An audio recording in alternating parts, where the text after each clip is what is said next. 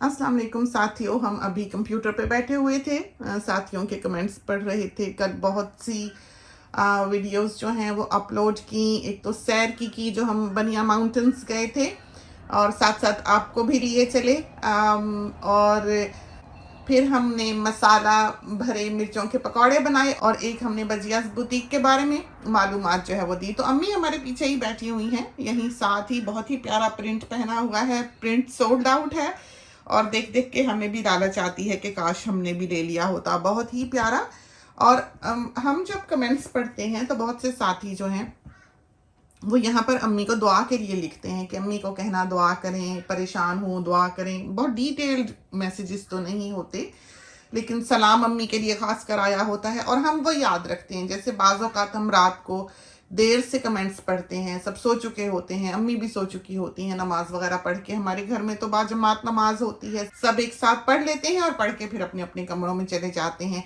सोनी की और मियाँ साहब की आदत ये है कि नमाज पढ़ने के बाद वो कुरान लेके बैठते हैं। तो मियाँ साहब भी जब पढ़ रहे होते हैं, अमूमन हम कहते हैं हमारे कमरे में ही यहाँ स्टडी में बैठ जाएं, तो जब वो तर्जुमा पढ़ते हैं तो उसमें से बाज़ औक़ात वो पॉइंट्स जो हैं वो हमें भी पढ़ के सुनाते रहते हैं। तो हम साथ साथ काम करते रहते हैं, साथ साथ मियाँ साहब हमें कुरान के बारे में थोड़ा बहुत बता देते हैं कि देखें अल्लाह ताला क्या फरमाता है, क्या हिस्ट्री थी और बहुत कुछ ज़ाहिर है कुरान में होता है। और हर बार ही लगता है कि उसमें से नए ख़ज़ाइन जो हैं वो निकलते हैं। तो सोनी मियाँ भी रात को नमाज के बाद आते हैं, यहीं हमारे पीछे जो सोफ़ा रखा हुआ है बैठते हैं और वो भी तर्जुमे के साथ कुरान पढ़ते हैं। रात को तो काफ़ी पढ़ लिया है उन्होंने, हम देखते हैं थोड़ा सा ही बिल्कुल एंड का रह गया है। तो हमने हमेशा ये चाहा कि बच्चे जो हैं वो तर्जुमे से पढ़ें। कुरान तो चलें पढ़ना है, एक दफ़ा पहले कुरान पढ़ लिया, लेकिन उसके बाद हमने कोशिश की है कि बच्चे तर्जुमे के साथ पढ़ा करें, क्योंकि फ़ायदा कोई नहीं। अगर उन्हें समझ नहीं आती कि कुरान में लिखा हुआ क्या है तो फ़ायदा कोई नहीं है। तो बात हम ये बताने लगे थे, कैमरा लेके हम इस वक्त इसलिए बैठे हैं कि हम जब कमेंट्स पढ़ते हैं अपने कंप्यूटर पे तो बहुत से साथी अम्मी को सलाम दे के जाते हैं और दुआ की दरख्वास्त करते हैं। तो सुबह जब अम्मी हमारे कमरे में आती हैं नाश्ता वाश्ता करके इधर हमारी स्टडी में, तो अम्मी को हम वो उनका सलाम जो है वो पहुंचा देते हैं और दरख्वास्त भी दुआ की जो है वो कर देते हैं। तो अम्मी बहुत प्यारी दुआएं देती हैं। अम्मी जो हैं, जैसे हमें बहुत अच्छा लगा कि एक तरह से ये दुआएं हमें याद होनी चाहिए।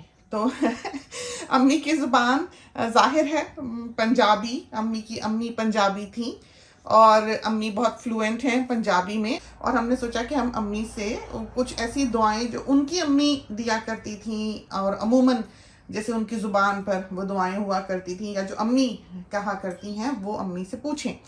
बस अम्मा ते जिदों कोई सलाम दुआ करे घर दाखिल होंदे आई बस अम्मा दी दुआवां दी पट्टी चल पड़दी सी। बस ਉਹ ਫਿਰ ਇੰਨੀਆਂ ਸੀ ਸਾਨੂੰ ਜ਼ੁਬਾਨੀ ਯਾਦ ਹੋ ਗਈਆਂ ਹੋਈਆਂ ਸੀ ਦੁਆਵਾਂ ਕਿ ਅੰਮਾ ਕੀ ਕਹਿੰਦੀ ਕਿ ਅੰਮਾ ਕਹਿੰਦੀ ਸੀ ਅੱਲਾ ਮੀਆਂ ਤੁਹਾਨੂੰ ਸਿਹਤ ਤੰਦਰੁਸਤੀ ਉਮਰ ਦਰਾਜ਼ ਆਲਾ ਕਾਮਯਾਬੀਆਂ ਮਾਲ ਦੌਲਤ ਇੱਜ਼ਤ ਸ਼ੋਹਰਤ दीनी दुनियावी नेमतां तो अल्लाह ताला माला माल करे, ਤੁਹਾਡੀ हर दुआ सुने। अल्लाह ताला कोल ਜਿਹੜੀਆਂ नेमतां ਉਹਨੇ दुनिया ਨੂੰ देन ਲਈ ਰੱਖੀਆਂ ਹੋਈਆਂ अल्लाह ताला मेरे ਬੱਚਿਆਂ ਨੂੰ ਦੇਵੇ। बस ਉਹ ਦੁਆਵਾਂ ਸਮਝੋ ਸਾਨੂੰ ਲੱਗੀਆਂ ਹੋਈਆਂ ਹੁਣ ਅੱਜ ਤਾਈਂ। ਜਿਹੜੇ ਵੇਲੇ ਜੋ ਮੌਕਾ ਵਾ ਅੰਮਾ ਦੀ ਦੁਆ ਯਾਦ ਆ ਜਾਂਦੀ ਹੈ ਕਿ ਅੰਮਾ ਇਸ ਵੇਲੇ ਇਹ ਦੁਆ ਦਿੰਦੀ ਸੀ, ਇਹ ਦੁਆ ਦਿੰਦੀ ਸੀ, ਇਹ ਦੁਆ ਦਿੰਦੀ।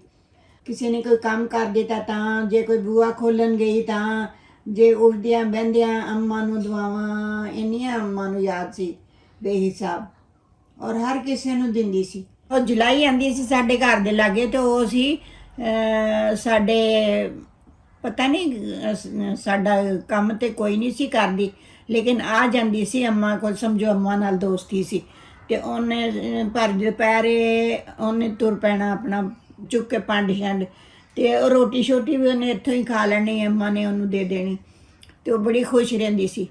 ਤੇ ਉਹ ਦੇਖਦੀ ਸੀ ਕਿ ਅੰਮਾ ਮੱਖਣ ਕੱਢਦੀ ਹੈ ਸਵੇਰੇ ਸਵੇਰੇ, ਰਿੜਕਦੀ ਸੀ ਅੰਮਾ ਦੁੱਧ।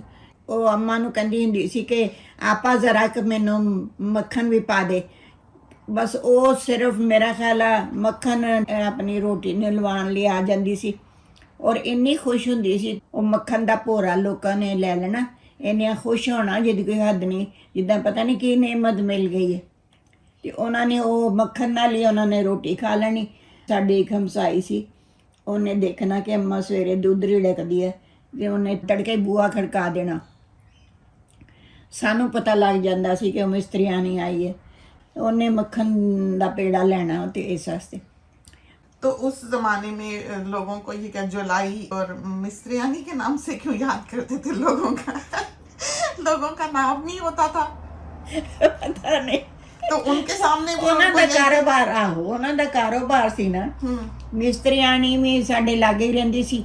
ਉਹਦਾ ਮੀਆਂ ਮੇਰਾ ਖਿਆਲ ਲੱਕੜੀ ਦਾ ਕੰਮ ਕਰਦਾ ਸੀ ਤੇ ਉਹ ਮਿਸਤਰੀਆਣੀ ਮਸ਼ਹੂਰ ਹੋ ਗਈ ਸੀ। नहीं तो उसको मिस्त्रियानी कहते थे तो वो बुरा नहीं मानती थी। ਨਾ ਉਹਨੇ ਮੱਖਣ ਨਹੀਂ ਸੀ ਲੈਣਾ ਹੁੰਦਾ। अच्छा बेचारी। अच्छा अच्छा अच्छा। और जुलाई क्या होती है? जुलाई जो खद्दर शद्दर या पट्टियाँ बनाते हैं वो करते हैं सूत का कारोबार, उनको जुलाया कहते हैं। मुझे याद है हमारे घर के सामने वो जो जगह होती थी काफ़ी खुली हमारे घर के सामने, तो वो जुलाई का मियाँ जो था वो वहाँ ताना तन लेता था। तो हम शरारत से ना उसके ताने पे पाँव रख के गुजरते थे ताकि वो खिजे और बोले। तो वो फिर कई दफ़ा डंडी लेके हमारे पीछे भागता था कि अब इधर से गुजरो तो फिर मैं देखता हूँ। तो मैं उस बेचारे का तो कारोबार था ना, तो वो बनाता था नवाड़ या इस तरह की चीज़ें, दरी नवाड़ बुनता था। हम अगर उसके नवाड़ पे से चले जाते तो बेचारे के सारे ताना बाना खराब हो जाता था। तो क्यों करते थे आप लोग ऐसा? बस शरारत शरारत। बस वो जब डंडी लेके पीछे भागता था वो हम हमारे लिए खेल हो जाता था। हम आगे आगे वो बेचारा वो पीछे पीछे। तो वो शिकायत डंडी नहीं लेके शिकायत नहीं करता था नानी जान को आके?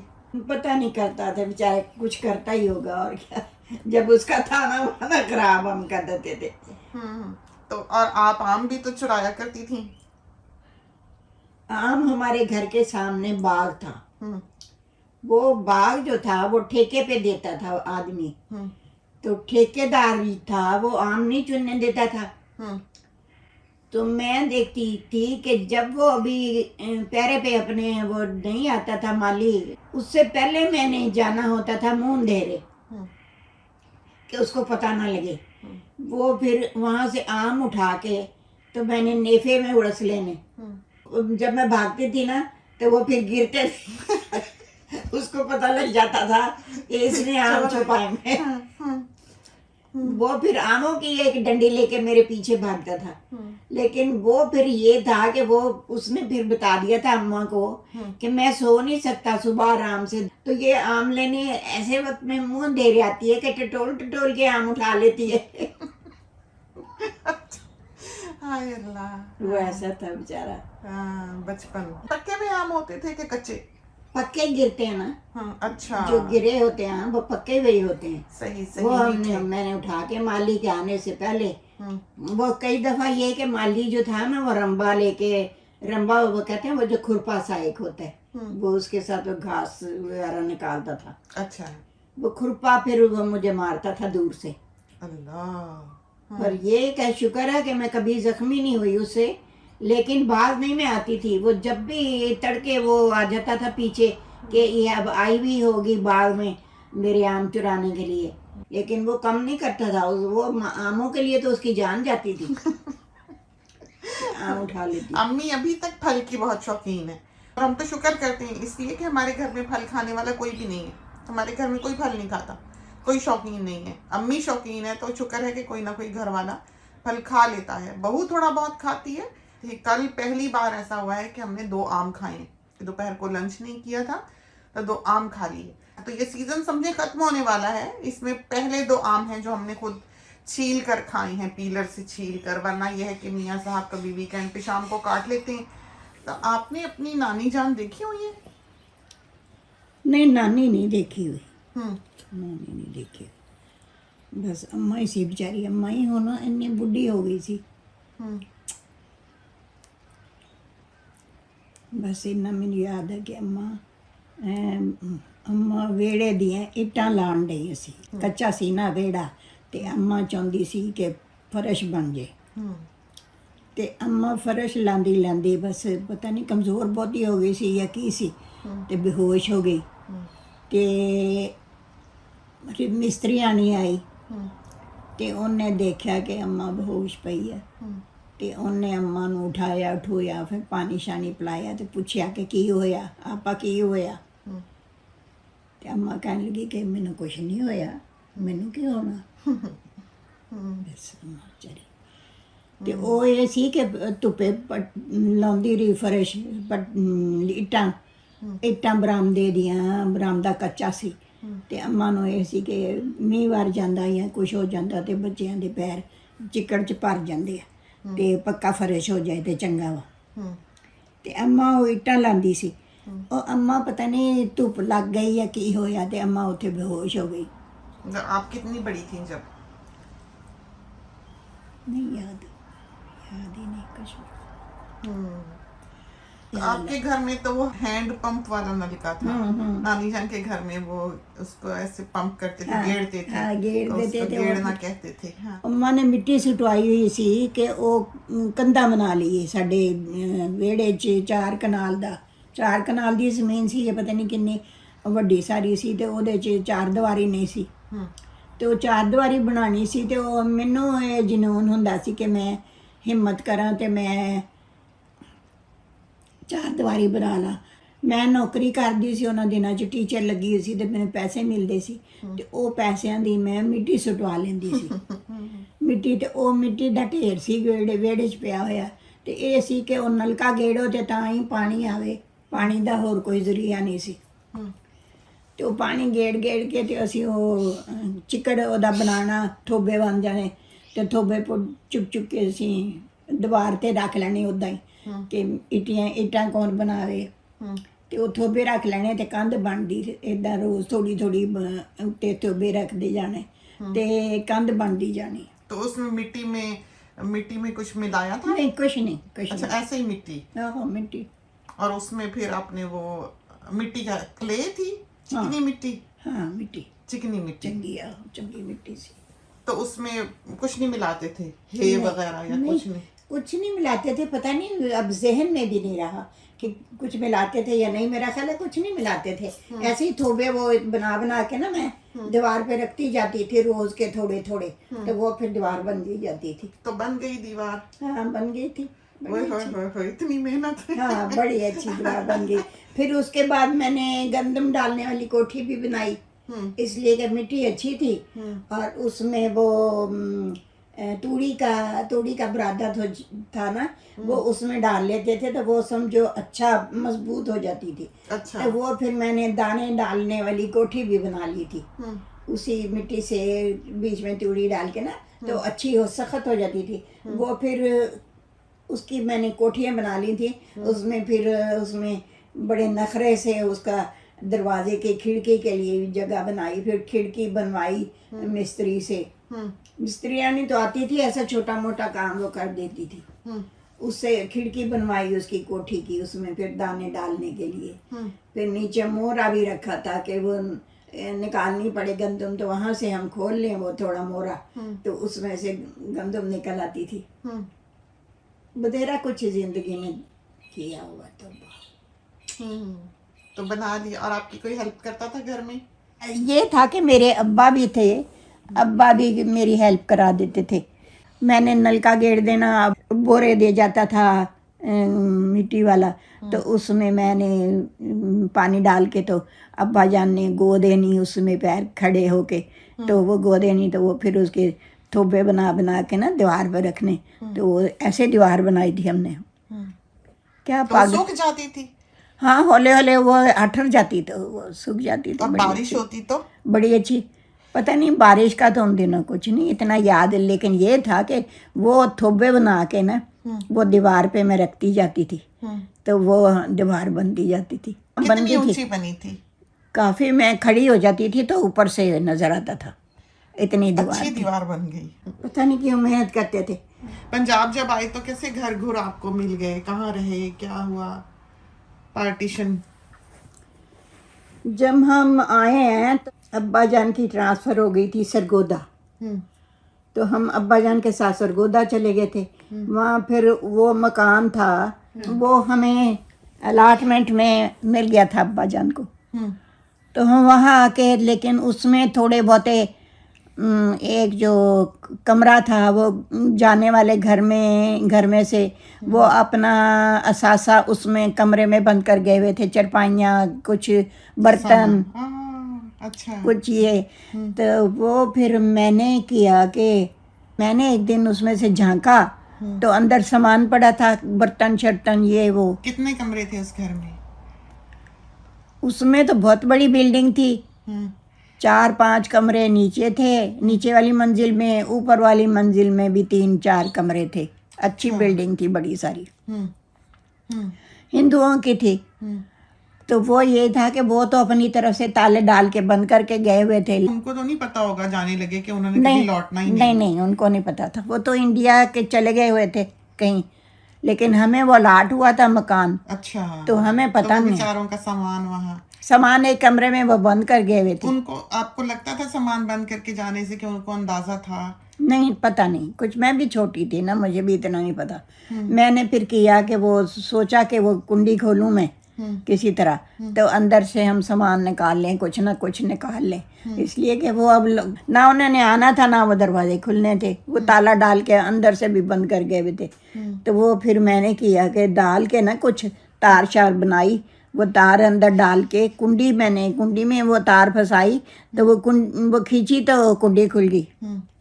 बस वो अंदर से फिर हमने रजाइयाँ, बर्तन, ये कुछ सामान वो जो बंद कर गए हुए थे उसमें से फिर मैंने निकाला।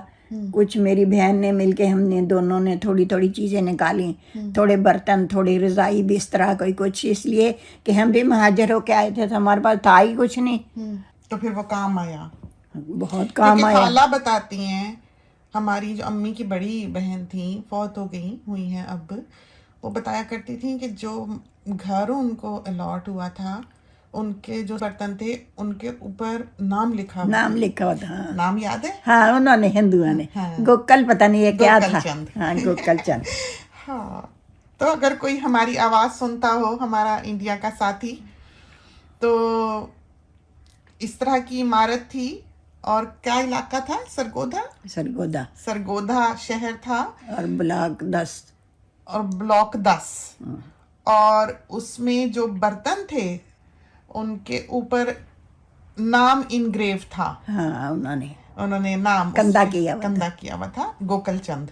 तो अम्मी की बड़ी बहन ने हमें बताया हुआ था बचपन में, हम छोटे जाहिर है कराची में ही थी वो भी खाला, और हमारा बहुत आना जाना उनके घर में। और वो ज़माने जो थे वो बड़े खूबसूरत ज़माने हैं, और हम महसूस करते हैं कि हमारे बच्चों ने वो ज़माने नहीं देखे। वो रिश्ते, वो आना जाना, वो मामू, वो खालाएँ नहीं देखे हुए। हमारे बच्चों को बिल्कुल अंदाज़ा नहीं है कि रिश्ते क्या होते हैं, मोहब्बतें क्या होती हैं, किस तरह खालाओं के घर होते हैं कि आप छुट्टियों में चले गए, मामू के घर होते हैं कि मामानी से दोस्ती और गपशप। खैर अब तो बहू आ गई माशाल्लाह से, और ऐवान उसको मामी बुलाता है, तो हमें खुशी होती है कि हमारे घर में भी अब जहाँ हमने तन्हाइयों में ज़िंदगी गुजारी, वहाँ पर ये रिश्ते फलने फूलने लगे, और चचा बन गया हमारा छोटा बेटा, और बड़े मामू जान बन गए हमारा बड़ा बेटा। तो आगे जो ग्रैंड किड्स हो रहे हैं, इन्होंने बहुत से ऐसे रिश्तों को जन्म दिया जो कभी हमारे बचपन में हुआ करते थे, जो हमारे बच्चों ने नहीं देखे। तो हमें बहुत अच्छा लगता है, अल्लाह ताला कायम रखे मोहब्बतों के ये रिश्ते। और हमें तो लगता है कि